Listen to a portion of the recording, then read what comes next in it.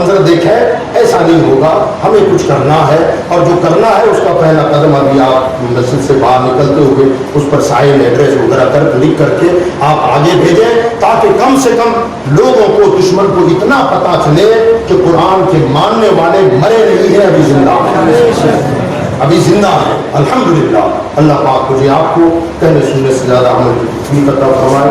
وما علینا الا البلاغ المبین. السلام علیکم.